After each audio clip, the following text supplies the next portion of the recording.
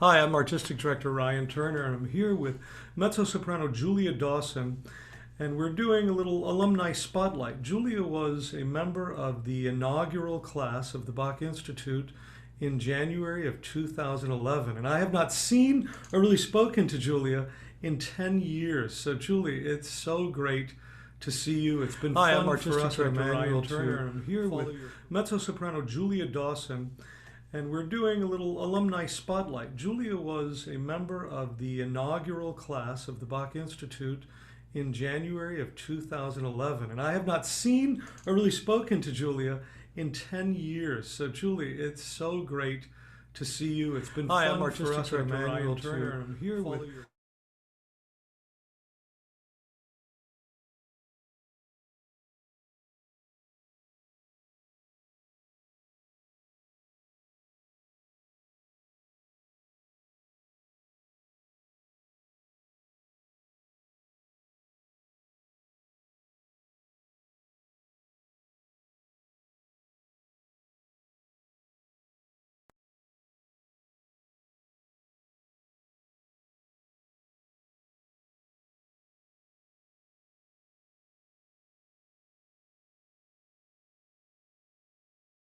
Hi, I'm Artistic Director Ryan Turner, and I'm here with mezzo-soprano Julia Dawson, and we're doing a little alumni spotlight. Julia was a member of the inaugural class of the Bach Institute in January of 2011, and I have not seen or really spoken to Julia in 10 years. So, Julie, it's so great to see you. It's been fun for us at Emmanuel to follow your career from afar and see all the amazing work you've been doing.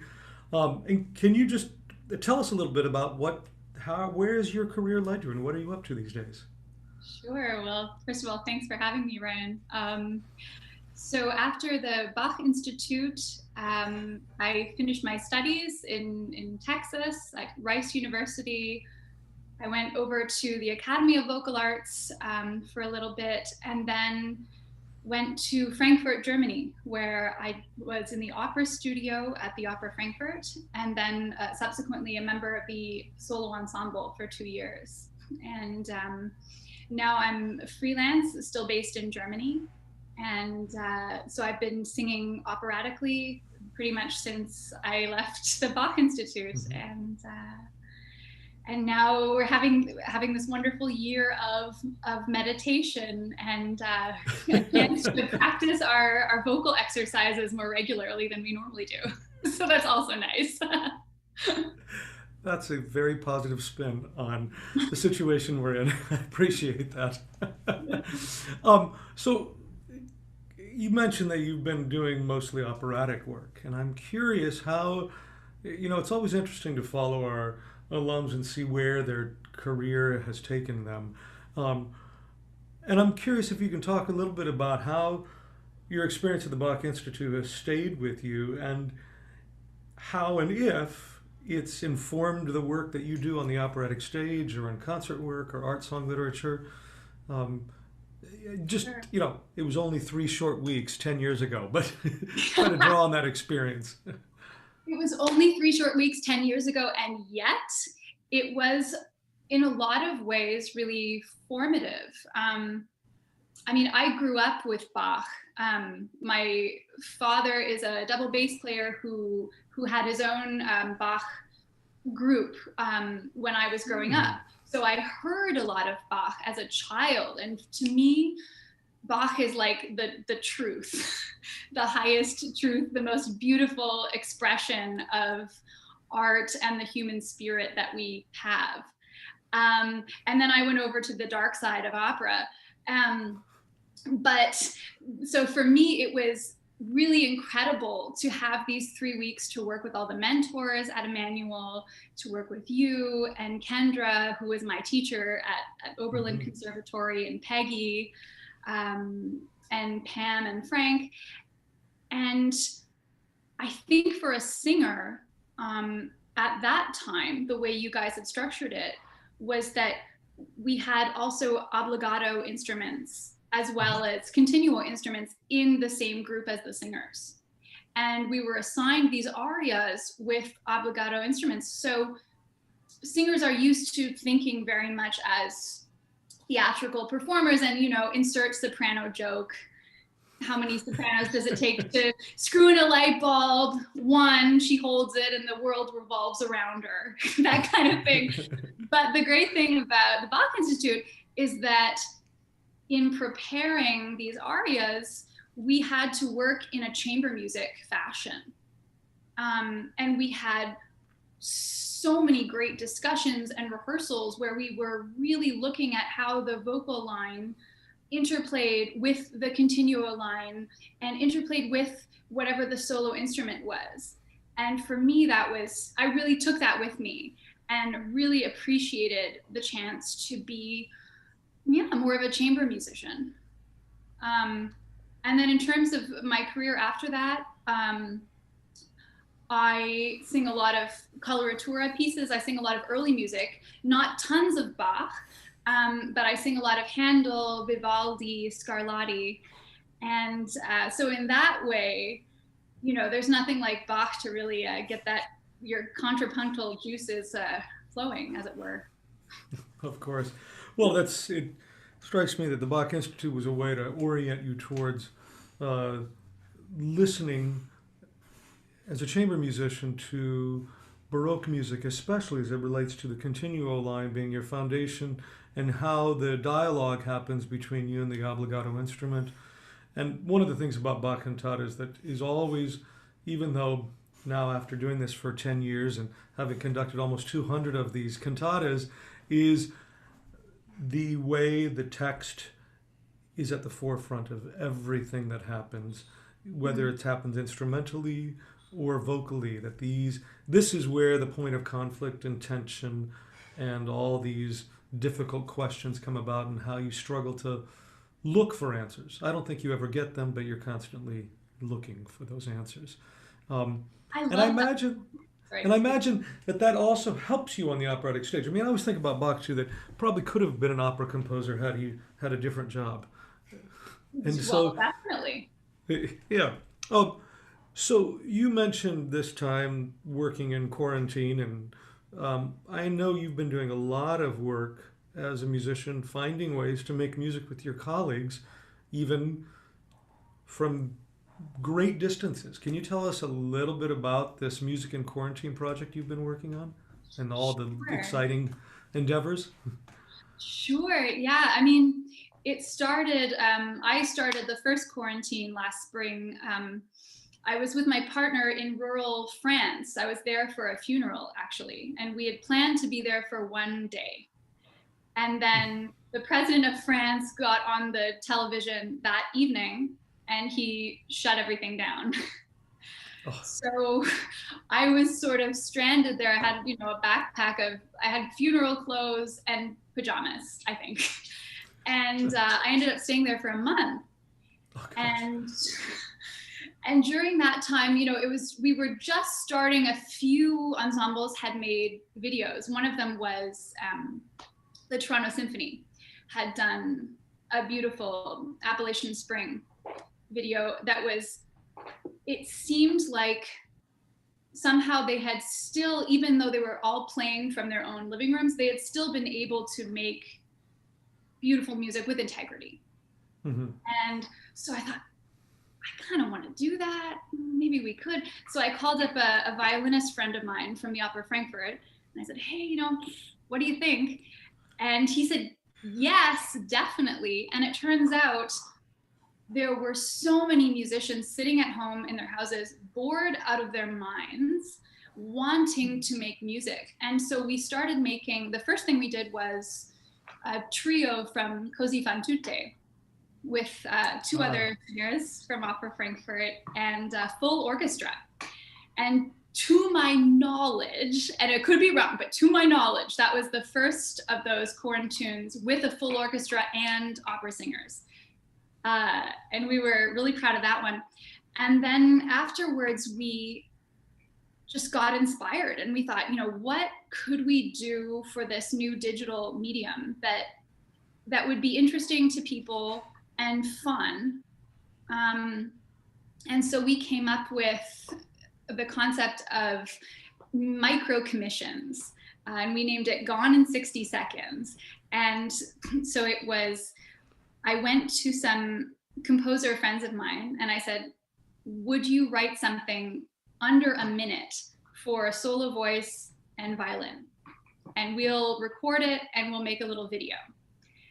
And again, I was bowled over by the generosity of these composers, because I said, look, I don't have a budget for this, but if you have the time, if you want to do this, we would love to create something.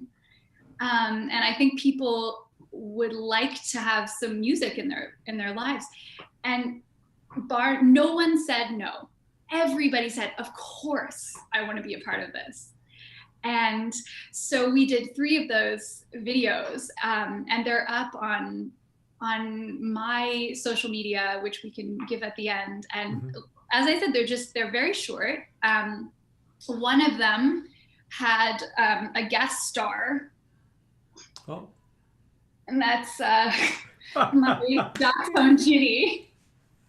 And it turns out she's extremely well behaved in video, but she's also quite a strict diction coach. So she made me cry quite a few times, telling me she couldn't understand any of the words. Oh, that's great, Julia. And tell us, the recording you're going to share with us now was something you did during this pandemic time, and there's an interesting story surrounding it, a little bit of Bach that you're going to share with us. Right. Okay, you may have to edit this because it'll be a long story. Okay. I'll make it short, as short as I can. So the Second City, which is a comedy sort of legend. There's a Second City in Chicago and a Second City in Canada.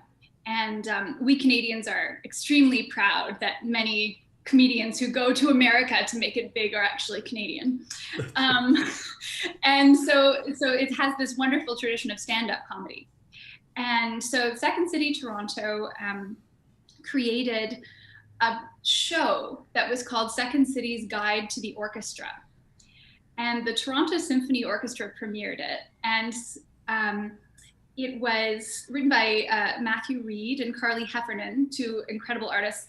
And it was a comedic look at the world of orchestral music. And so that's been performed as a stage show 2 seasons in a row in Toronto. And it went to another orchestra somewhere. In any case, there were plans for a second one, and it was going to be called Max Hysterical, a comedic cantata.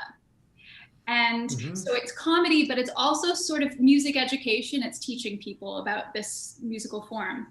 And I've been asked to do it. And so that was planned. Of course, it was canceled. And then it was decided that it would be filmed as a quarantine. So everyone would do it from their homes. And we were really, really lucky. Colin Mockery, who's a wonderful comedian, hosted it. And there were wonderful acting talents in it as well. And Matt and Carly wrote the script, and Matt wrote the music.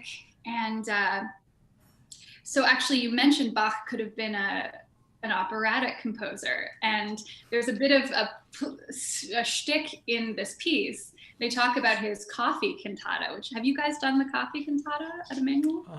Yeah, they did before my time. Okay. I sang in it, but this was before I was conducting the ensemble. When I was a tenor in the ensemble, I sang the coffee cantata. We did a whole Zimmerman's Coffee House concert.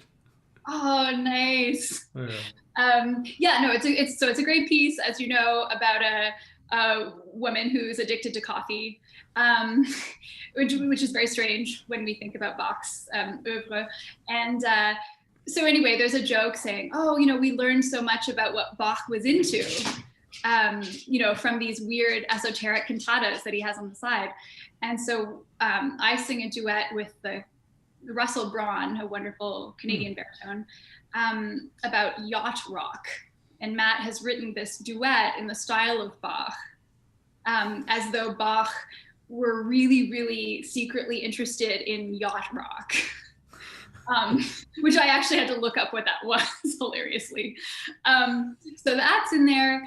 And we also have Erbarme dich, which is, of course, from the St. Matthew Passion. And that's our one moment of reprieve in this comedy show. So that's the video that I've sent to you guys. And the violin solo is played by Etsuko Kimura. She's the assistant concertmaster of the Toronto Symphony. And she just plays it so incredibly beautifully. And the way we made it is that she played the solo first, and then all the musicians played their parts, and they sent that to me. And I had a little earpiece in my ear, and I had to sing my part listening to her. And for some reason, I thought it would be a really good idea to do it outside. So at that point, I was in Canada, out near the shores of Lake Huron in Ontario with my mother. And I said, okay, Mom, we're gonna do it in the woods, but it was really cold. You'll see there's snow on the ground. And so we did it in one take. And I said to my poor mother, all right, you have to hold my cell phone like this. And then she said, well, how long is the piece? And I sort of didn't really answer because it's like 6 minutes. So I said, yeah, it'll be fine. And so we had to edit out her expletives because I sang it and she was holding up like this for 6 minutes. And I was so proud of her. The phone did not shake. Wow. And she managed to get to the end of it. That's incredible. You did it in one take as well. Amazing. That's great. Well, so what we're going to hear now is Erbarme dich from Bach's St. Matthew Passion with the stunning violin solo as well. And Julia, I just want to thank you. It's great to see you again. Great to hear about all your successes. Congratulations. And don't be a stranger. Once we can travel about this world again, I hope you'll come back to Emmanuel and make music with us. I would love to. Thank you so much for having me, Ryan. Thank you, Julia. And this is Erbarme dich from the St. Matthew Passion with Julia Dawson, mezzo-soprano, from our inaugural class of the Bach Institute in 2011.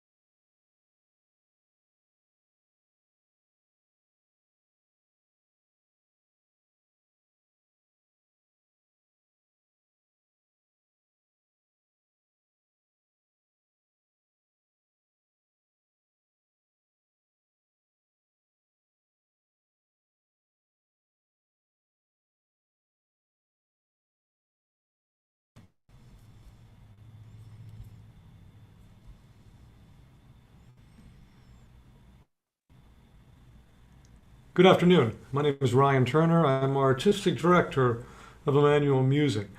We are thrilled today to welcome Michael Maul in this, the final event of the 2021 Bach Institute. Michael Maul took the music world by surprise in 2005 with the discovery of a new and now famous Bach aria, Alles mit Gott und nicht ohne ihn, in Weimar's Anna Emalia Library. Since then, he has cemented his position in the Bach world with numerous books and articles. In addition, in 2018, he was appointed artistic director of the BachFest Leipzig. A new friend of Emmanuel Music, I invited Michael to speak with us today regarding the findings in his book, Bach's Famous Choir. Throughout this lecture, please feel free to send in any questions. I'll be monitoring them, and at the end of this, we'll have a chance for an informal Q&A with questions from the audience and from our staff as well. Michael, it's so nice to welcome you here. Michael and I have spoke only via email as it regarded the unfortunately canceled BachFest last summer, but I'm thrilled to see you now, and we look forward to being there hopefully in 2022. Off to you, my friend. Enjoy. Ryan, thank you very, very much for this very friendly and warm introduction. I'm happy to be with you, at least in the virtual world for now. And then, I mean, we'll raise a glass on everything we have achieved together during this crazy pandemic when you will be in Leipzig in 2022. Thank you so much for the opportunity to talk today to you a little bit about my book. So my lecture will consist of two parts. So in the beginning, I will give a little survey on my book, but I don't want to tell you entirely what I have done in the book. Second, and the main part of my paper will be a kind of, let's call it a criminal case study about a finding I made shortly after I finished my book, and which in a way confirmed very much what I described in my book. I'm sure many of you know that Bach, on the one hand, was a god as a composer, so he mastered everything in music, but in terms of dealing with authorities, he was not that good. I mean, he struggled a lot with his Leipzig authorities, and that was what is my book about. And the case study in the second part of my paper, following the little funny title, Did J.S. Bach Suffer from Burnout?, will give you some insights into the way I'm doing my Bach research, and gives us a wonderful insight into the complicated world Bach lived here in Leipzig in the 1720s, 30s, 40s, because he struggled a lot with his authorities. So now I try to share my screen with you in order to show you some slides while talking. So I hope that works. Yes, here we are. So that's my book, 2 title pages. On the left side, it's the original German version, which was published in 2012. And thanks to a very generous grant from the German Ministry of Foreign Affairs, and thanks to the amazing work of Richard Howe, I was able to provide an English version, which was published 2 years ago.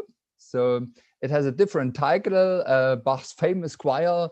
In the German choir is der berühmte, the German title is der berühmte Chor, die Leipziger Thomasschule und ihre Kantoren. But the English publishing house said you need to have Bach in the title, and therefore I changed the title. First of all, why did I write the book? There was a very clear reason. In 2012, we celebrated 800 years of St. Thomas School, which is, I mean, an amazingly long time. You know, the school in the beginning was the school of a monastery, and the monastery was founded in 1212. We don't have any idea of the specific date when the school of the monastery was opened, but it happened obviously shortly after the monastery started to work. And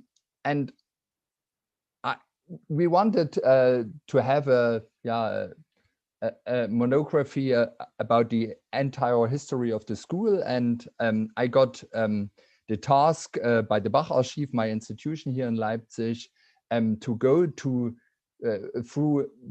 all the archival materials related to the school here in the municipal archive, in the state archives of Saxony, in order to reconstruct the full history. And I was asking myself a big question in the beginning, and this was why did Bach, J.S. Bach, the court Kapellmeister in 1723, decided to quit his job in Köthen, where he worked together with professional musicians, in order to become cantor, the music teacher in a boys' school. So why did he decide to go into a boys' school instead of working together with professional adult musicians, as he did in Köthen or earlier in Weimar? So, and the answer is very clear. The Leipzig St. Thomas School, already in 18th century, actually already in 17th and 16th century, was not a normal boys' school. It was a boarding school and totally focused on music, which meant all the 55 boys had to pass a very hard musical entrance exam like nowhere else. There was no other school in the Protestant world at this time where music played such an important role. It was in fact an early musical conservatory. So here was the next question, which I like to answer in my book. Why had Leipzig such an institution at such a very early stage in history? And the answers in the old literature were not very clear. I mean, they all took it for granted that was in all times the case, that the school was mainly related to music. And some people said, yeah, that was maybe because of Martin Luther had this idea after the Reformation, or that there was no clear story of origin of this very specific musical profile of the school. So, and I really wanted to answer the question, how did this musical institution, this musical conservatory, St. Thomas School, was created? And I turned thousands of pages from the 16th, 17th, 18th century carefully. And the good thing is there are tons of materials submitted here in the Leipzig Municipal Archive, in other archives. And we even have the minutes of the Leipzig Town Council. Whenever the Leipzig Town Council had its weekly meetings, they wrote out some minutes, and then in these minutes you get really an impression what they were talking about, what the decisions they made, and what was the reason for their decisions. So I had about 2 or 3 years where I studied all these materials carefully. And in the end, I found a very interesting answer why the St. Thomas School became such a music school. And the answer was not that this was a decision by God, or that was a decision by Martin Luther. So here's the story. So this St. Thomas School in the medieval times, when it was the school of the monastery St. Thomas, already in 13th century had the privilege to provide all the music in the services in the 2 Leipzig churches, the main municipal church, which is St. Nicholas Church, and at this time the monastery's church, St. Thomas. And in both churches, the Thomaner had to sing in the service, and they also had the privilege to perform music during all these wedding ceremonies and at funerals, and that's where the school earned its money. And then when the Reformation arrived in Leipzig, which was in 1539, the monastery was closed and the St. Thomas School was remained a school, but now became a municipal school. It became actually the second school of the city of Leipzig, because the first municipal school was the St. Nicholas School. And the Leipzig Town Council decided that St. Thomas School would keep their privilege of singing in both churches and singing at the funerals and at the wedding parties in order to collect money. And therefore, it remained a boarding school also after the Reformation. And then something happened, and that's something I will show you in the next slide, which is very much, which has a lot to do with the first really important cantor of the school, music teacher, which was Cetus Calvisius. He became Thomas cantor in 1594, and he died in 1615. So he was about 21 years Thomas cantor. And during his tenure as a Thomas cantor, the school earned a lot of money by many donations and grants by the Leipzigers. I can show you here a little overview about the donations made by the Leipzigers for the St. Thomas School. And here you can see easily that during the period of Calvisius, the school received tons of money. And the reason was obviously because the quality the quality of the choir, the school choir, during Calvisius' tenure was so amazing that the Leipziger decided in their last wishes, in their testaments, to donate much money to the school, combined with the obligation that the choir will sing for the donators on an annual basis, maybe on the day when they died, year by year to all eternity, a certain song also. And suddenly the school became rich, and they were able to double the income for the teacher. They were able to host not only, as it was in the past, about 20 boys in the boarding school. Now they were able to finance 55 boarders at the school. And the town council liked this development, because now the school had so much money donated by the Leipzigers, so the city didn't need to spend that much own money for the school. So that was a development also very good for the city. But then it happened in the 30 Years' War, when Leipzig experienced a financial disaster. The city was not able anymore to finance their institutions, including St. Thomas School.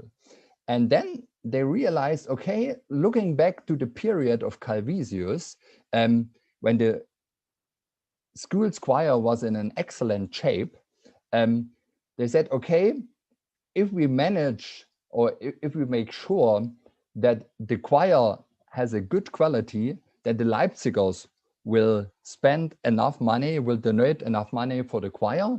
So that could help that the school can survive even in times when the city is more or less bankrupt. And therefore, in 1634, and that was quite important, the town council published school regulations. And in these school regulations, in chapter 7, it was clearly said that this St. Thomas School, to all eternity, will follow the principle to choose the boys of the boarding school only on the basis on a very hard musical entrance exam. You can read in the paragraph, because they made the experience, and this is related to the time when Calvisius was cantor and collected all this money by the Leipzigers. When the boy, or if they are able to manage that the choir is singing in a great quality, the school will be able to earn money, enough money to survive by the Leipzigers. So, and starting in the 1630s, it became an iron rule that any boarder of the school, of St. Thomas School, had to pass a very hard musical entrance exam. And that was reality for the entire 17th century. So that St. Thomas School was totally focused on music, like no other school, and that made the school attractive for leading musicians of their time. It was not J.S. Bach was not the first great musician who decided to quit his job working with professional musicians in order to become the cantor in the Thomas School. Already in early 17th century, the successor of Calvisius, Johann Hermann Schein, before he became Thomas Cantor, he was also Kapellmeister in Weimar. Other musicians like Tobias Michael, the successor of Schein, or Sebastian Knüpfer, Johann Schelle, they were leading musicians and composers of their time. And they did this step, becoming cantor at St. Thomas School, because that was not an ordinary boarding school. It was, in fact, a musical conservatory where the cantor has the right to choose his boarders by a very hard musical entrance exam.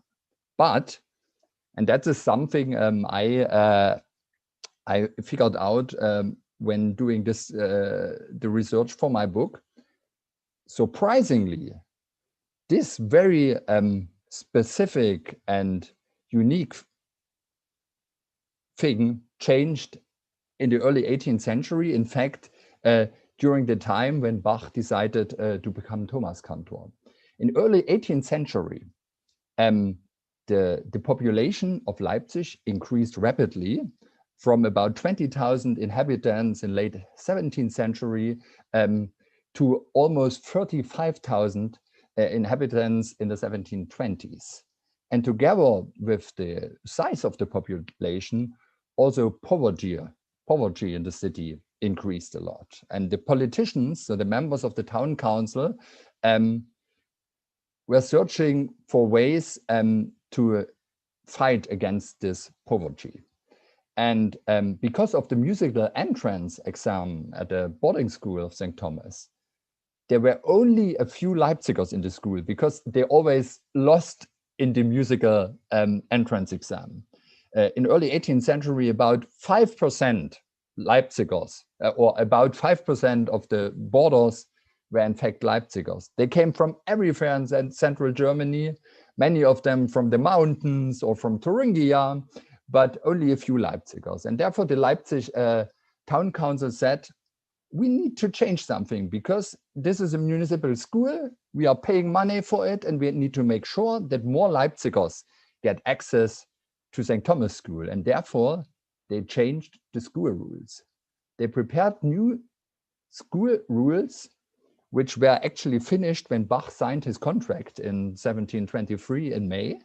And he had to promise that he will follow the new school rules, but he didn't get access to the new rules. They were published in November 1723, when Bach was already cantor for 6 months. And when they were published, Bach was really surprised.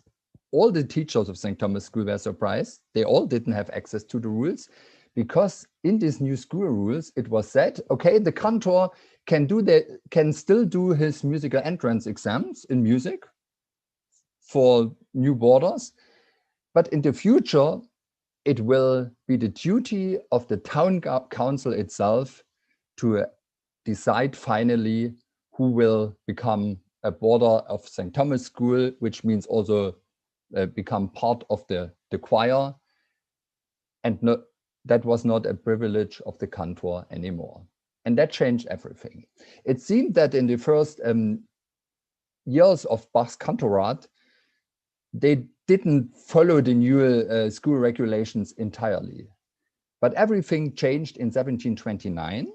In 1729, the so-called Vorsteher of St. Thomas School, the so-called chairman or overseer of the school, died, a certain guy named Lehmann, and his successor became Christian Ludwig Stieglitz. He was a lawyer. He didn't have a keen interest in music. Here's his portrait in the slide. He is also painted by Hausmann, the guy, the painter who also painted the famous Bach portrait.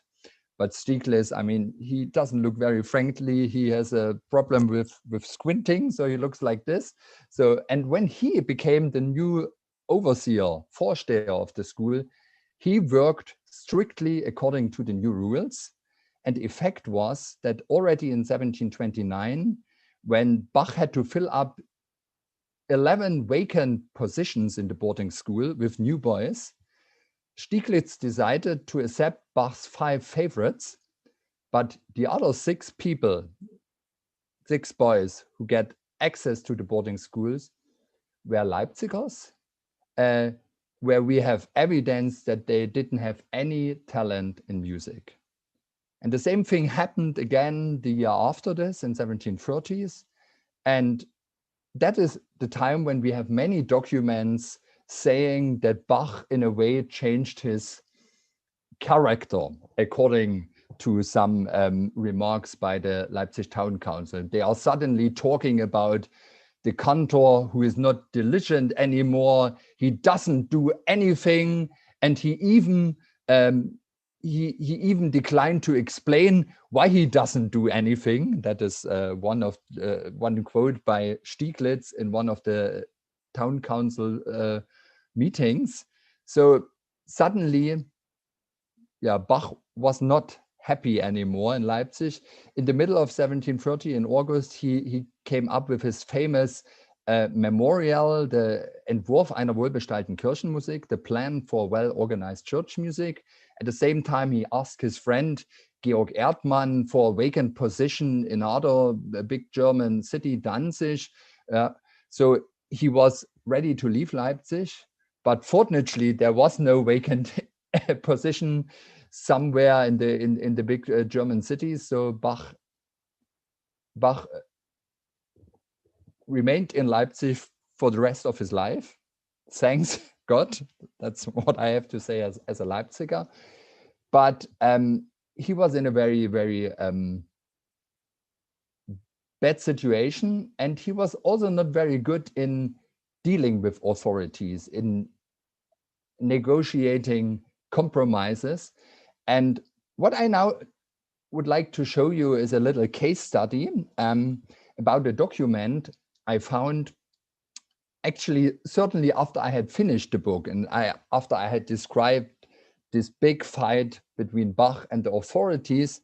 And in my book, I'm describing that obviously Bach in the 1730s and 40s, he was so pissed off by the Leipzig authorities that he was in a way very isolated and didn't compose much new music for the church. And shortly after I finished the book, I came across a very amazing document. And this is a document I want to show you and want to discuss with you what it means to us and what it shows us about Bach and his struggle with the Leipzig authorities in the 1730s and 40s.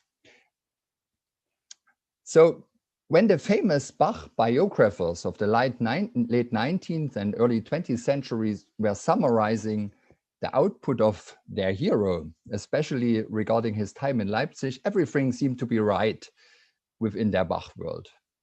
From Bach's 27 years of serving as a cantor at the St. Thomas School from 1723 to 1750, when he was in charge for performing and conducting the church music in the 2 Leipzig main churches, about 150 cantatas had survived. Around the same amount of cantatas was considered as lost. This meant, according to the old scholars, the proverbial exemplary, always faithful and diligent Thomas Cantor Bach had composed all in all about 300 cantatas over the course of his 27 years in Leipzig, every year about 12 pieces. A remarkable achievement considering the fact that within these pieces, music from a lower quality is really hard to find. However, the idea of a more or less constantly productive Thomas Cantor Bach began to totter when in the middle of the 20th century, the Bach scholar Alfred Dürr came up with his new chronology of Bach's vocal works. By analyzing the development of Bach's handwriting, a systematic evaluation of the paper Bach used for his music manuscripts, and by identifying the copyists who wrote out the parts of his cantatas, Dürr came to the surprising result that more than 90% of Bach's preserved Leipzig church music was composed between 1723 and 1729, in other words, composed during his first 6 Leipzig years. And the remaining 10%, vocal works from the 1730s and 40s, are mostly, in fact, not new compositions, but products of Bach's so-called parody practice. Famous example is the Christmas Oratorio from 1734, or the so-called Lutheran Masses. Alfred Dürr's results were modified during the last decades just insignificantly. Rather, all the new informations or materials which came to light in the meantime mainly confirmed his results.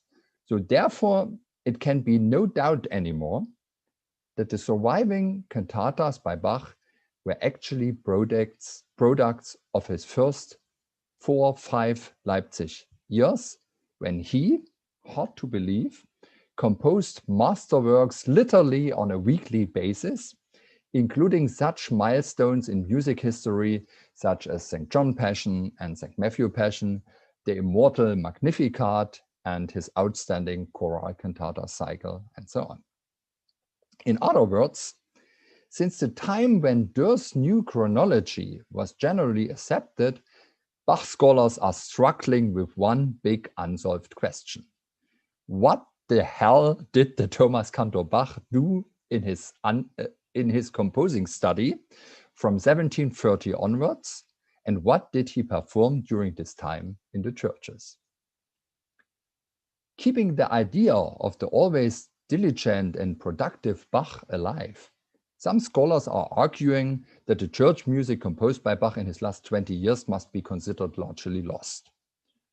This hypothesis seems to fit the fact that in the famous obituary for J.S. Bach, written in 1754 by his son Carl Philipp Emmanuel and his former student Johann Friedrich Agricola, it is mentioned that Bach had composed all in all 5 cycles of church cantatas for the entire church year, and also 5 passions. What we actually have today are only 3 cycles from the Leipzig period and about 40 pieces from his earlier years. Therefore, some scholars argue that 2 cycles by Bach must be lost, apparently cycles Bach composed after 1729. According to those scholars, the bad guy in the transmission history might have been Bach's oldest son, Wilhelm Friedemann, a famous harpsichord and organ player in his time, who spent his late years as a freelancer having serious alcohol problems. Maybe he, the allegedly always drunken Friedemann, after 1750, the owner of a certain part of his father's estate, flogged tons of Bach cantatas when he needed to finance the next barrel of beer. To be honest, the hypothesis of 2 lost cantata cycles by Bach sounds very problematic to me, since we have not a single document suggesting that Bach after 1730 actually composed new cantatas on a large scale. And as I have shown in my book on the history of St. Thomas School, as I mentioned earlier in this paper, the year 1729, 1730 actually marked a watershed in Bach's life in terms of his relationship to the Leipzig authorities. It was in summer 1730 when Bach wrote his famous memorial to the Leipzig Town Council, complaining about the present quality of his singers in the boys' choir, also about poor and too old town pipers, and all in all, a lack of an adequate number of singers for the performances of his church cantatas. As far as we know, the memorial didn't cause any improvements. Neither did Bach receive more money for hiring students or better musicians, nor did he get more influence on the selection process of boys for the St. Thomas boarding school. As I have described in my book, new published school rules dictated by the Leipzig Town Council ended in the 1720s the traditional practice that all the boys who wanted to become members of the boarding school had to pass a musical entrance exam conducted by the cantor. This practice was stopped in 1729, and since then Bach complained a bunch of times, not only in his memorial from 1730, about the poor quality of his singers, and he was accused by the town council several times for bad work habits. In my opinion, reason enough for Bach to stop composing cantatas on a regular basis, and instead of this to prefer the concept of work to rule. And according to his employment agreement, he was only in charge to perform cantatas on every Sundays and feast days, no matter whether own pieces, new ones, or reperformed cantatas or works by other contemporaries. By the way, that Bach actually very often used to perform cantata cycles by other composers was very recently confirmed by new discovered printed libretti for the Leipzig church music in 1736. These documents reveal that Bach performed in this year an entire cantata cycle by the Gotha Kapellmeister Gottfried Heinrich Stölzel.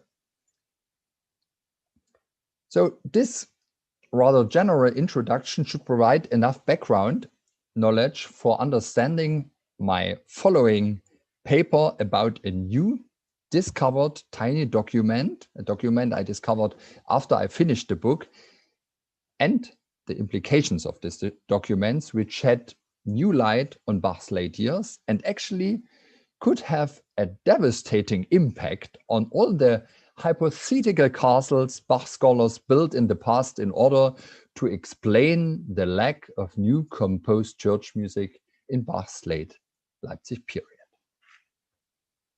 So, by digging deep into the archival holdings of the Church of Döbeln, a middle-sized town situated halfway between Leipzig and Dresden, I came across a remarkable folder consisting of materials on the replacement of the local cantor's post in 1751.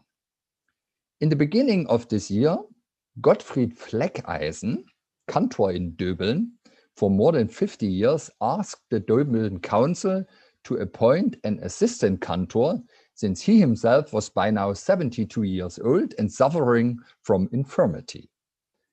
As a faithful servant of long standing in church and school with daily decreasing power, he had only one wish. I quote from his letter to the Döbeln Council. I quote, "I'd like to know in my hour of death that my son is already serving as my successor, and as cantor of Döbeln in the future will be able to prevent my wife and descendants from sinking into horrible poverty. Since you, the glorious Döbeln Council, supported the education of my 4 sons in the past by giving so many generous benefits and grants, I'm sure you will make my wish come true." End quote. The petition by Fleckeisen reached the addressees too late to be discussed. 4 days after the letter was written, Fleckeisen died and the town council began searching for a new permanent cantor. During the next week, 7 letters of application arrived by mail. Among them was one written by Gottfried Benjamin Fleckeisen, the late cantor's son, and subject of his recommendation.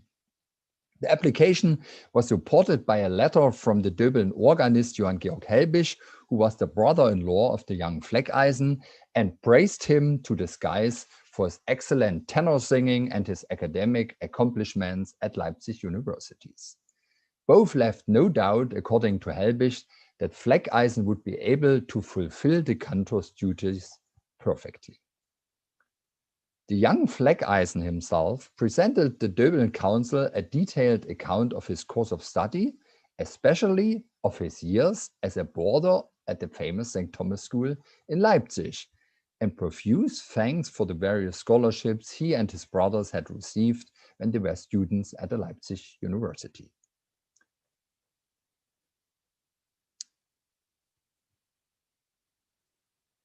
I quote from this application letter by Fleckeisen. And here on the slide, you can see the German original. I'm reading English translation.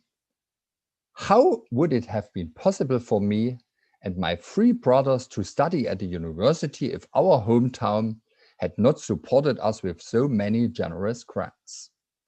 I was a boarder at the famous St. Thomas School in Leipzig for 9 years. And as a prefect of the choir, I had to preside over the chorus musicus for 4 years. For 2 whole years, I had to perform and conduct the music in the main churches St. Thomas and St. Nicholas in place of the Kapellmeister. And without praising myself too much, I always did so successfully. For 5 years, I studied at the University of Leipzig, always in the hope of using my talents in the service of God and my fatherland as a schoolmaster someday. End quote. Three candidates, including Fleckeisen, were later invited to audition.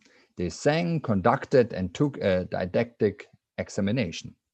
All the candidates passed cum laude. According to the examination record, Fleckeisen sang and performed a certain cantata very proficiently.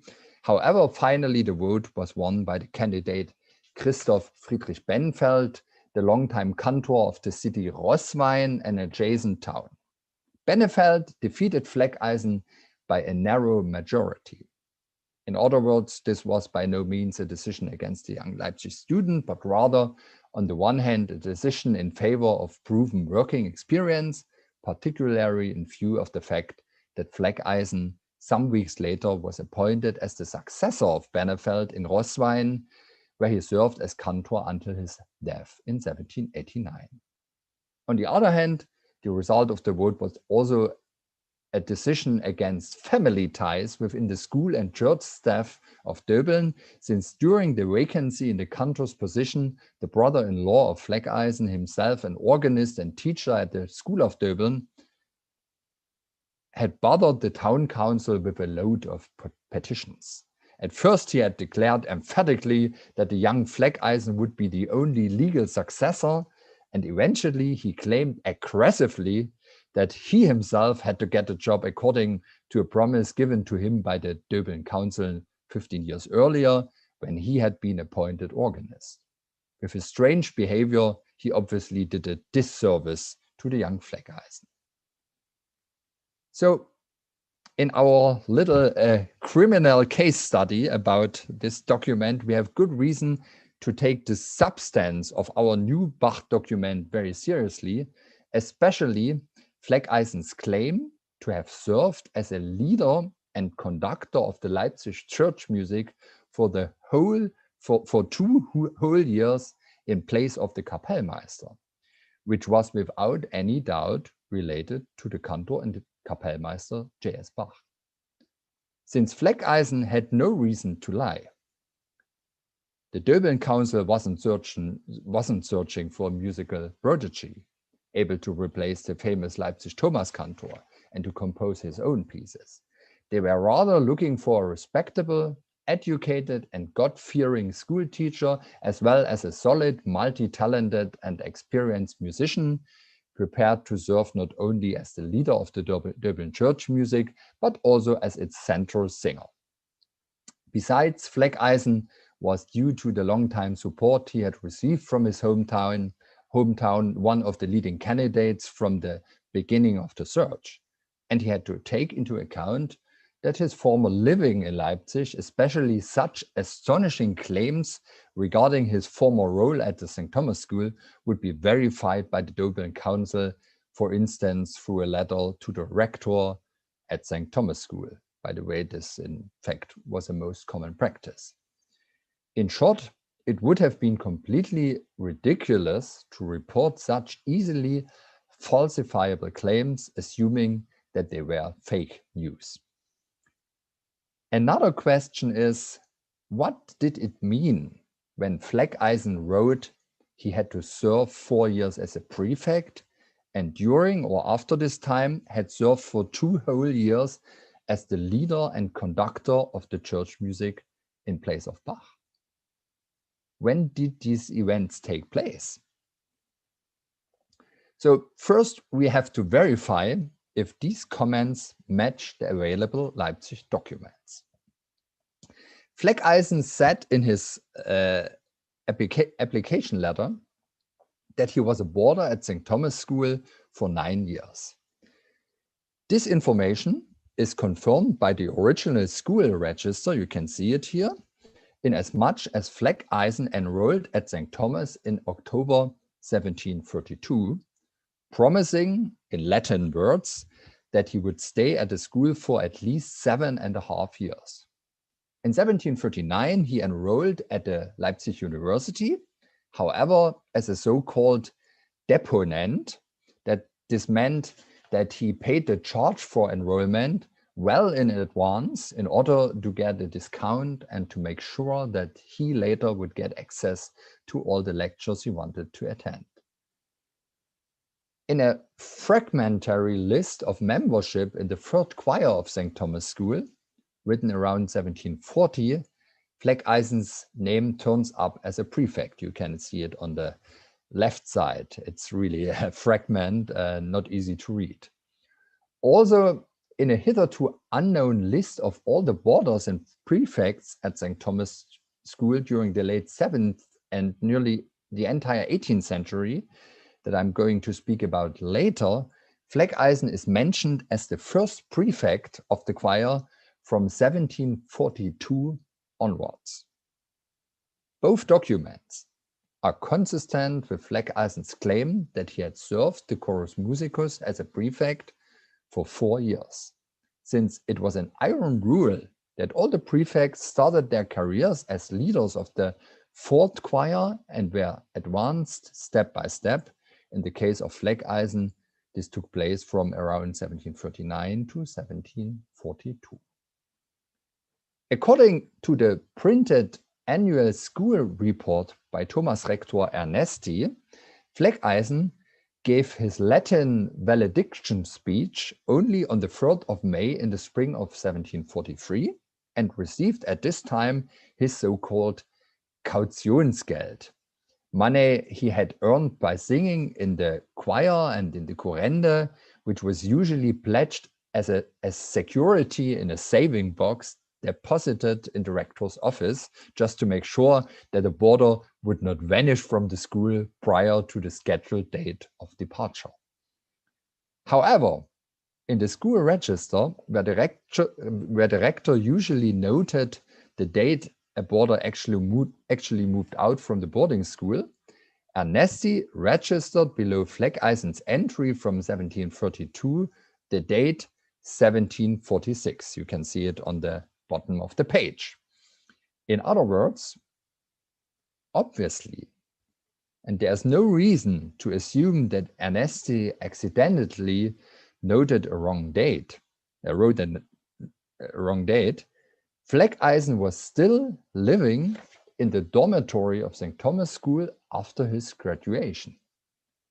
And this is an unparalleled exception to the rules, since it was an iron law that outgoing boarders had to leave their rooms and beds immediately after departure to make room for their successors.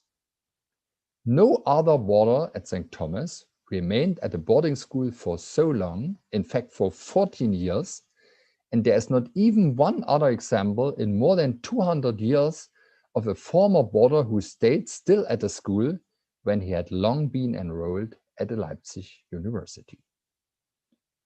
On the other hand, there can be no doubt that Fleckeisen actually became a theology student shortly after he had passed the school exams in 1743. This is indicated by documents regarding the already mentioned grants Fleckeisen received from his hometown Döbeln while studying at the Leipzig University. In the materials on grants and legacies at the City Archive of Döbeln, I found two documents where Fleckeisen, calling himself a theology student, confirmed in 1744 the receipt of 2 certain scholarships paid to support theology students born in Döbeln. According to a short notice in these materials, Fleckeisen was selected for these scholarships, I quote, after a long controversy between the councillors. More detailed information about background of this controversy had not been transmitted, but maybe this controversy was due to the fact that he, the theology student Fleckeisen, was still working in some way for the St. Thomas School.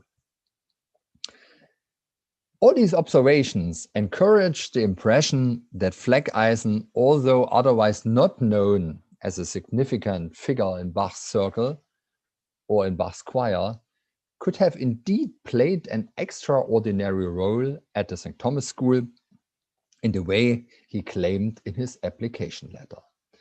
And due to his quite untypical staying at the dormitory still after he had ended his school years, it appears likely that the 2 whole years Fleckeisen claimed to have conducted and performed the entire church music in place of the cantor were not necessarily his last school years when he actually stood as a prefect in front of the choir, but rather the years from 1743, 1744 till 1745-46.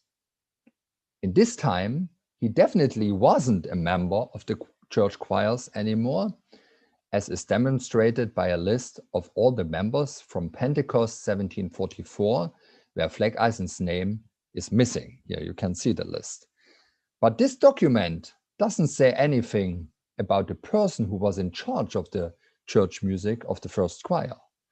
From these years, as nearly any time in the 1740s, we have merely a handful of specific documentary information on performances in the Leipzig churches, particularly led by Bach, especially Passions. The recently discovered text booklet of the St. Mark's Passion from 1744 is one example. Proofs for a reperformance of the St. Matthew Passion around 1742 and of the St. John Passion in 1749. But there is no evidence for newly composed church music by Bach, apart from the B minor Mass, a work which could have nothing to do with the Leipzig church music. Still an unsolved problem, an open question, why Bach completed B minor Mass. So what was the reason for this? And it seems that it doesn't have anything to do with his regular Leipzig church music program. On the contrary, there are more hints of performances of works by other composers, mainly Latin church music of very mixed quality. However, there are many proofs of longer journeys undertaken by Bach in the 1740s, at least twice to Potsdam, and in the spring of 1744 for 5 weeks to an unknown destination. But there are no clues that Bach suffered from a certain illness.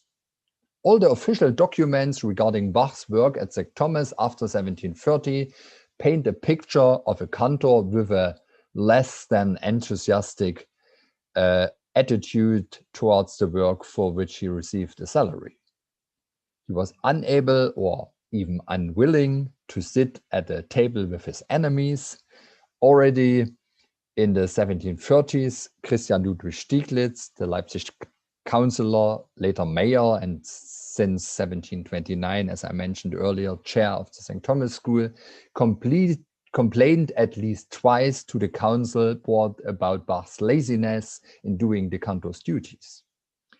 In 1734, Stieglitz emphasized that the cantor would not do anything he was supposed to do in school, and this would make it quite hard for Stieglitz to fulfill his duties as chairman of the school. 5 years later, in a hitherto unknown remark in the journals of the Leipzig Council Board regarding the appointment of a new substitute teacher at St. Thomas who had to teach elementary musical instruction in the lower grades, the council board came to the conclusion that Bach should examine the candidates. However, Stieglitz resisted this approach, arguing, I quote, "Bach's testimony is not necessary. His testimonial would be only a document full of prejudices, for his contrarian behavior is well known." End quote.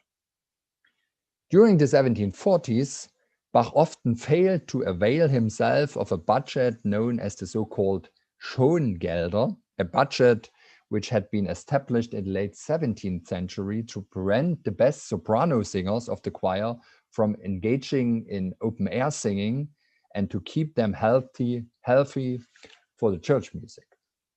In 1749, after Gottlob Harrer had performed his audition cantata for becoming Bach's successor as Thomas cantor, the Leipzig mayor Born complained that there had been not a single soprano at the St. Thomas School usable to take part in the performance. Taking all these observations into account, it would be not unthinkable that during the 1740s, Bach actually withdrew more and more, at least for a certain time, also from his duties as leader of the regular church music program. However, it is also not unimaginable that a substitute cantor like Fleckeisen, whether he was a singular case or not, was not installed by Bach himself, but by the Leipzig Council, especially by the chair of the school in consultation with the rector. Remember, Fleckeisen claimed in his application letter to the Döbeln Town Council that he had to lead and perform the church music at the two main churches for 2 whole years in place of the Kapellmeister, and that sounds to me like he did it by order. And why did he avoid invoking Bach's name? Was there perhaps a bad relationship between him and Bach? And did Bach not support him? After all, in Bach's unfortunately rare performance materials from the 1740s, Fleckeisen never served as a copyist. So this admittedly strange-sounding idea becomes more realistic if we reconsider the long-term consequences of the famous so-called Präfektenstreit found in the handwritten History of the Leipzig School System by Johann Friedrich Köhler, the son of a former member of Bach's choir. I quote from Köhler's history. Here's the German text. I read the English translation. With Ernesti, rector of St. Thomas School, Bach fell out completely. The occasion was the following. Ernesti removed in summer 1736 the general prefect of the choir, Krause, and chose another student in his place, a prerogative that really belongs to the cantor. Because the student chosen was of no use in the performance of the church music, Bach made a different choice. The situation between him and Ernesti developed to the point of charge and countercharge, and the two men from that time on were enemies. Bach began to hate those students who devoted themselves completely to the humanities and treated music as a secondary matter, and Ernesti became a foe of music. When Ernesti came upon a student practicing on an instrument, he would exclaim, "What? You want to be a beer fiddler too?" By virtue of the high regard in which he was held by the burgomaster and chairman of the school Stieglitz, Ernesti managed to be released from the duties of the special inspection of the school and to have them assigned to the fourth colleague. Thus, when it was Bach's turn to undertake the inspection, he cited the president of Ernesti and came neither to table nor to prayers, and this neglect of duty had the worst influence on the moral training of the students. From that time on, though there have been several incumbents of both posts, little harmony has been observed between the rector and the cantor of St. Thomas School. End quote. Küller's remarks on the conflict caused by Ernesti's withdrawal from his school inspection duties are confirmed through documents relating to a donation from a woman named Regina Maria Sinner. These materials make it clear that the conflict was fought with all available weapons. In 1743, Madame Sinner, a wealthy Leipzig widow and close relative of the chairman of St. Thomas School Stieglitz, bequeathed a large amount of 5,000 thaler to the school. According to the founder's intention, the interest had to be used explicitly to increase the salaries of some teachers and as a scholarship explicitly for pupils with a lack of musical talent. Rector Ernesti managed to become the biggest beneficiary of the donation on two accounts. He not only received the largest part of the annual interests from the Sinner's legacy, moreover, in a resolution by the chair of the school, Stieglitz determined that the quartus, the fourth teacher of the school, should all receive a portion of these funds. That meant 25 thaler per year, not for nothing, but for undertaking the rector's part of the school inspection. Thus, Ernesti cleverly released himself from this duty beginning in 1743. It is easy to imagine how Bach felt about this and what conclusions he could have drawn. After the already mentioned Präfektenstreit, in which the town council had avoided pronouncing a sentence, this was one more decision Bach may have understood as a personal loss to Ernesti. Unlike Bach, Ernesti, who was 27 years younger, had a direct line to the most important decision maker in school matters. During his student years, Ernesti had served as a private teacher and secretary in Stieglitz's house. Stieglitz later had recommended him for the conrector's post at the St. Thomas School.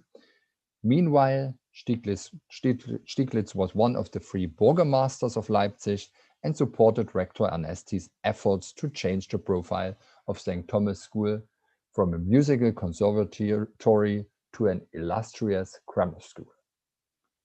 How Bach must have considered the close relationship between Ernesti and Stieglitz as the root of all of his trouble at the St. Thomas School is described at a hidden place, namely in a chapter on musical taste and education by Johann Joachim Quanz in his famous Versuch einer Anweisung, die Flöte traversière zu spielen. Here, in this famous book, Quanz, or perhaps his ghostwriter Johann Friedrich Agricola, a former Bach student who had studied with Bach in the early 1740s, describes why the quality of German boys' choirs had decreased rapidly during those years. I quote, "Cantors who understand their craft well and have ambitions to fulfill their musical duties honestly are today very rare. They and their students are often obstructed in executing music by the supervisors of the school." The following sentence by Quanz obviously alludes to the situation at the St. Thomas School in Leipzig and may have been told to Quanz by Bach himself. I quote, even in schools which, according to their rules, once were founded to provide excellent music instruction for talented boys and to educate learned musicians, the rector of the school, supported by the chairman, is often the sharpest enemy of the music, arguing that a good Latin student and a good music students are never found in one person. End quote. To come back to our Fleckeisen case. The situation at the St. Thomas School during the 1740s was obviously intricate and dominated by, so to speak, personal fights and aggressive behavior of the protagonists. Both together could have achieved such a level that Bach indeed stopped appearing at the choir loft regularly. Perhaps this was a direct result of Ernesti's shirking his own inspector responsibilities. On the other hand, it would be equally conceivable that rector and chairman decided together to replace Bach in church temporarily as a result of Bach's legendary obstinacy. And this brings me to my final point. Köhler's aforementioned handwritten Leipzig school history contains an appendix consisting a hitherto unobserved list of boarding school students at St. Thomas from the 1670s to the 1770s. Next to some names, Köhler noted the abbreviation BREF, or just the letter P, at a certain date. By comparing these dates with other school materials, it appears that the annotations provide a reliable list of all the choir prefects over the course of about 100 years, including a more or less complete overview of the prefects who had served during Bach's tenure. The list contains names sounding very familiar to Bach scholars, such as Johann Andreas Kuhnau, Karl Gotthelf Gerlach, Samuel Heder, Johann Ludwig Dietl, Johann Ludwig Krebs, and Johann Nathanael Bammler. All of them are known as Bach's copyists and students. But there are a lot of names mentioned, mainly in the late era, who to this day never had played a role in Bach scholarship. Moreover, and this is still a work in progress for me, it appears that a certain part of these unknown figures later worked as pastors or rectors at illustrious Latin schools all over Saxony. On the other hand, according to some annotations by Rector Ernesti in the school register, some boarders in the late Bach era, characterized by Ernesti as good in music but poor in science and humanities, were even fired by Ernesti for certain reasons.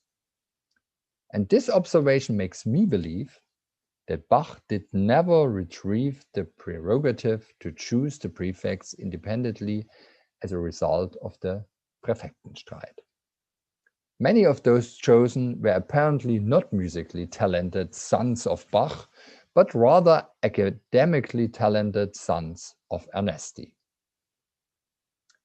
To conclude, the remarkable Fleckeisen document and the new prefect list raises a lot of questions which shed new light on Bach's late period as Thomas cantor. For the German and international press, the consequences of the discovery of the Fleckeisen document were immediately clear. Some newspapers came up with the headline, "Did J.S. Bach suffer from burnout?" No doubt this is a wrong conclusion, as illnesses like burnout were alien to the people in the 18th century. However, the new document, in any case, supports the idea that Bach, more or less, stopped composing vocal music for the Leipzig church services after he came in constant trouble with the Leipzig authorities and his supervisors at St. Thomas School as a consequence of the new school regulations and as a consequence of the ongoing conflict between musical, educational, and political interests related to the St. Thomas School. But one thing is for sure: whatever the right interpretation of Fleckeisen's claim, it is not hard to bring it in line with the lack of new church music by Bach in the 1740s and his concentration at the same time on composing his so-called Vermächtniswerke in the learned contrapuntal style, such as works like the Outer Fugue and the Musical Offering, which both were far away from the usual cantor's business. Last but not least, the Fleckeisen document confirms a famous phrase uttered by Bürgermeister Stieglitz in 1755, when the town council was voting for a new cantor 5 years after Bach died. Already his successor, Gottlob Harrer, died, and then they had to choose a new cantor, which became Johann Friedrich Stohles. So in this town council meeting in 1755, before they did the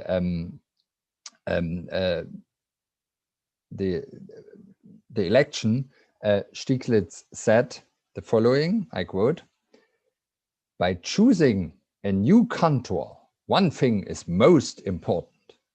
This person must be able to bring the state of the cantorat back into conditions as it has been once under Johann Kuhnau's direction, since during Bach's cantorat too many disorders have taken place."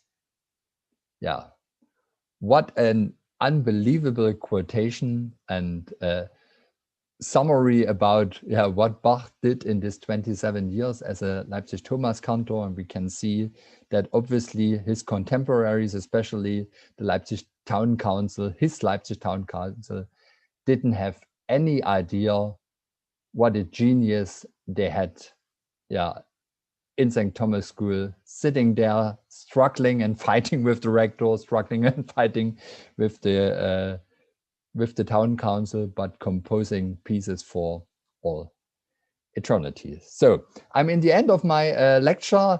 That was a case study that in a way showed you or demonstrated you that doing Bach scholarship and doing this research for reconstructing the history of Leipzig St. Thomas School during Bach's time is like working on a criminal case.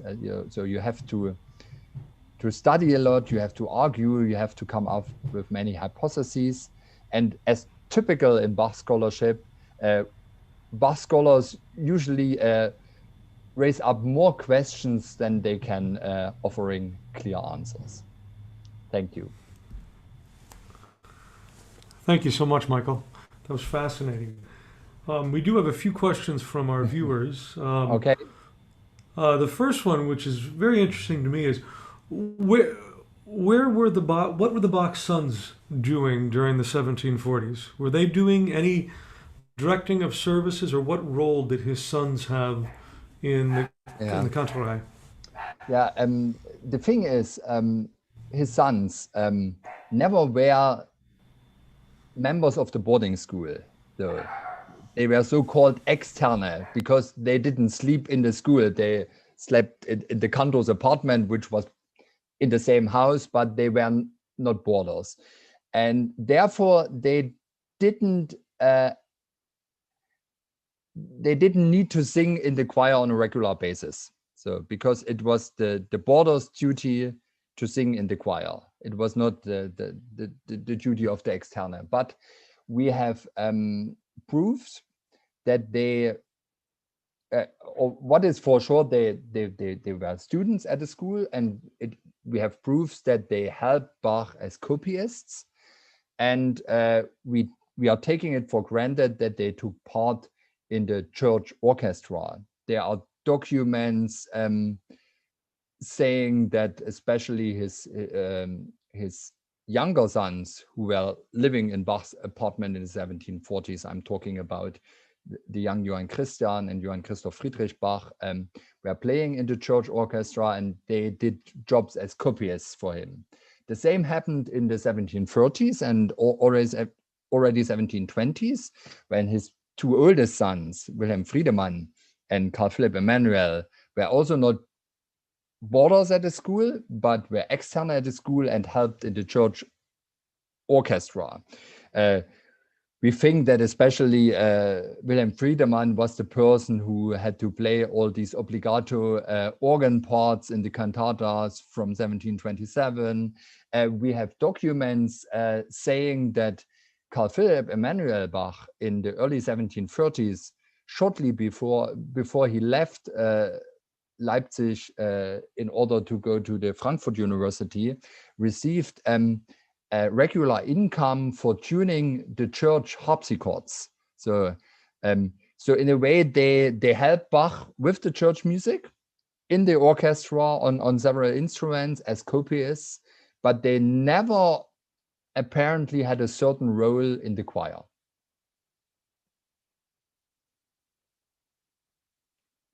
Please turn on the microphone. Sorry about that. Did Bach play a role in selecting or preparing music that was performed during those later years, perhaps under other direction?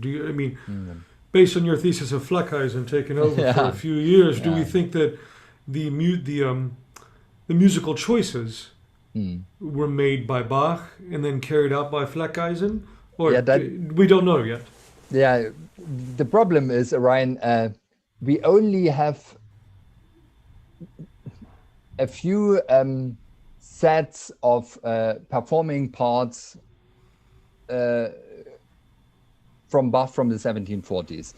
You know, most music materials by Bach from his Leipzig time are from the 1720s, so that's the time when he composed about 90% of his Leipzig church music.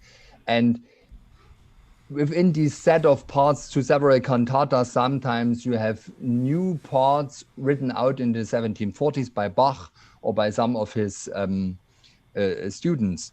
And then we have some pieces by other composers like Handel or like the Pergolesi Stabat Mater, where Bach himself wrote a score, and maybe some of his sons or some of the board of St. Thomas School helped to write out the performing parts.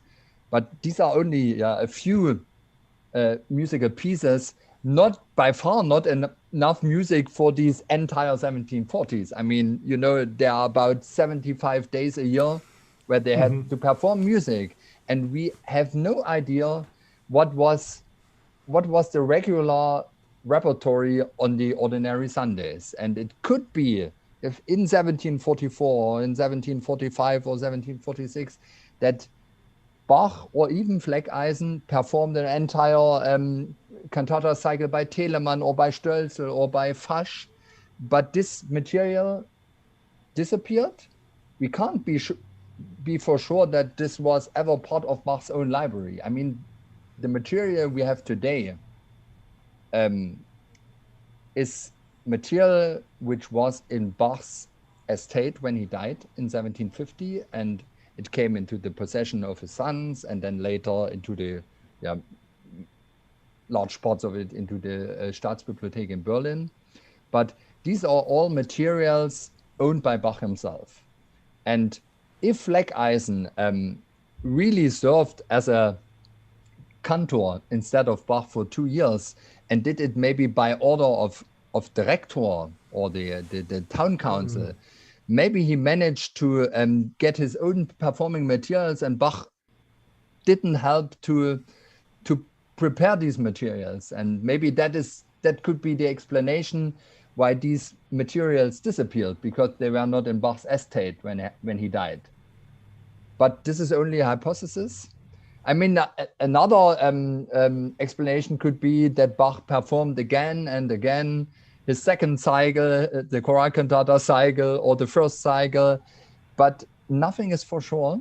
So it's an unsolved problem. And I mean, all Bach scholarship came up with the idea, okay, Bach probably composed 2 or 3 more annual cycles in the 1730s or 40s. And these were cycles later disappeared, maybe because Wilhelm Friedemann gave it away and then it was destroyed. So, but judging by all these documents we are having about Bach's behavior in the 1730s, 40s, now the Fleckeisen documents, the thing that he was not in charge or that he didn't have the chance anymore to decide alone who will get access to the school, was not able to do this decision alone. He had reason enough not to compose new church music anymore. And therefore I have the impression that these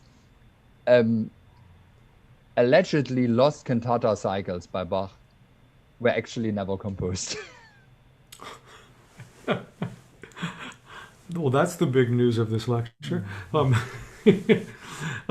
know that's not a good news, because we all like the idea that maybe Bach composed more cycle and someday they will turn up on a certain attic somewhere in I don't know where. But I don't know. My impression is that Bach focused on other fields. And look, I mean, that fits perfectly also to the fact that starting in 1729, when they came up with the new school rules, Bach decided to take over the Collegium Musicum in the coffee house. Then he concentrated in the 1730s very much suddenly on keyboard music with the Klavierübung. All these things were far away from the usual cantors business. Indeed. Well, we're counting on you to find those 100 so cantatas that are lost. I have just 2 final questions, and we're coming to the end of our time here. We could talk for a long time, I believe. But to sort of put this in a modern context, if you could tell our listeners what is the state of things now with the St. Thomas School? What does the Leipzig Town Council still fund the choir, and what is the makeup of the choir like today, and does the school still rely on these same donations?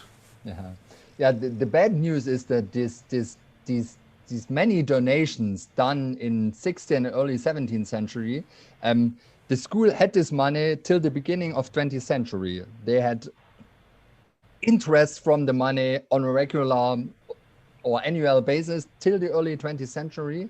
But then because of the big business crisis in the 1920s and then World War II, and the fact that the communists didn't show any interest to reinstall all these donations, everything is lost. So, but the Leipzig St. Thomas School is still a municipal school and is still a boarding school.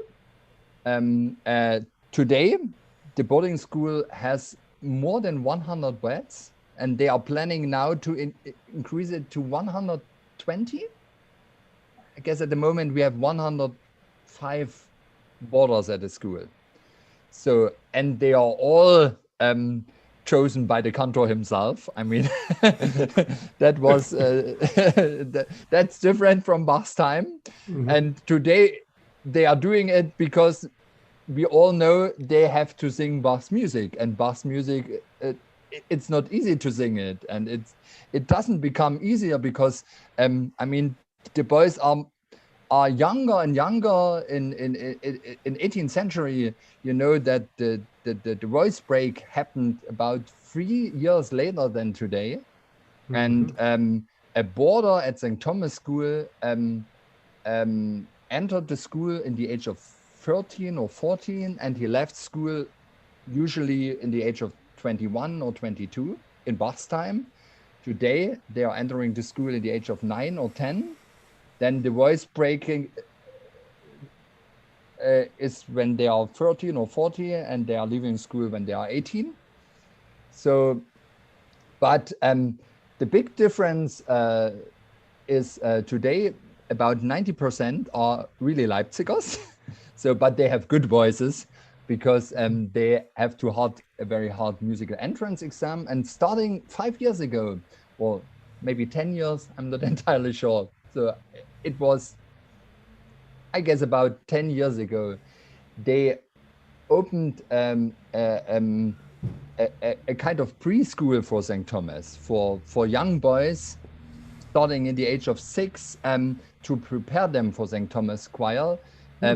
This school has the name of Anna Magdalena Bach. So it's the Anna Magdalena Grundschule. And that makes it easier to get good or well-trained new singers for the choir. And they are also started again the practice of collecting donations for the school and for St. Thomas Church.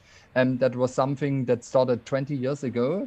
And I know that the school and the church received donations today from all over the world. By the way, many Americans are among them donating money. And in a way, they are following very similar principles to the time of the 16th and 17th and early 18th century. And I hope that that will help the school to make it ready even to survive the 21st century and maybe the 22nd century. I mean, the astonishing thing is this choir is really singing already for almost or more, at least more than 500 years, maybe 800 years. And even a communist regime, a Nazi regime, and even all the wars didn't stop them singing. Only, by the way, this is really a very new thing, only the coronavirus achieved this. I mean, last year, when we had the lockdown, it happened for the very first time after 150 years that the St. Thomas boys were not able to perform on Good Friday a Bach Passion. We did a performance instead of this. I'm sure many of you have seen it. We organized in only 2 weeks, that was my big business, a performance of St. John Passion with only 3 musicians at Bach's grave in St. John Passion, and we streamed it worldwide, and many people took part in it. We sang all together the chorales. But then it was planned that on the 3rd Sunday of Advent, the St. Thomas boys wanted to perform Christmas oratorio as they are doing for already 100 years. And it was also a plan to stream it worldwide. But one day before the performance started, they tested some of the singers in the choir positive, so corona positive, and then they stopped all the rehearsals and they didn't have a performance of Christmas oratorio. And now they were, and after this, they were isolated for 2 or 3 weeks, didn't sing over the Christmas season. And this is probably the first time in entire history that they didn't sing in the service. What a shame. Oh gosh. Well, Emmanuel had to stop as well. For our first time in our 50-year history, they stopped cantatas during the coronavirus. A pale comparison to 500 years, but but 800 years, I should say. Say, listen, Michael, so wonderful to have you with us, and I wish we could continue on and on this conversation, and hopefully we can continue the conversation in Leipzig at some point in the near future. Yeah, I'm looking forward to it, and I'm looking forward to having you here. Yeah.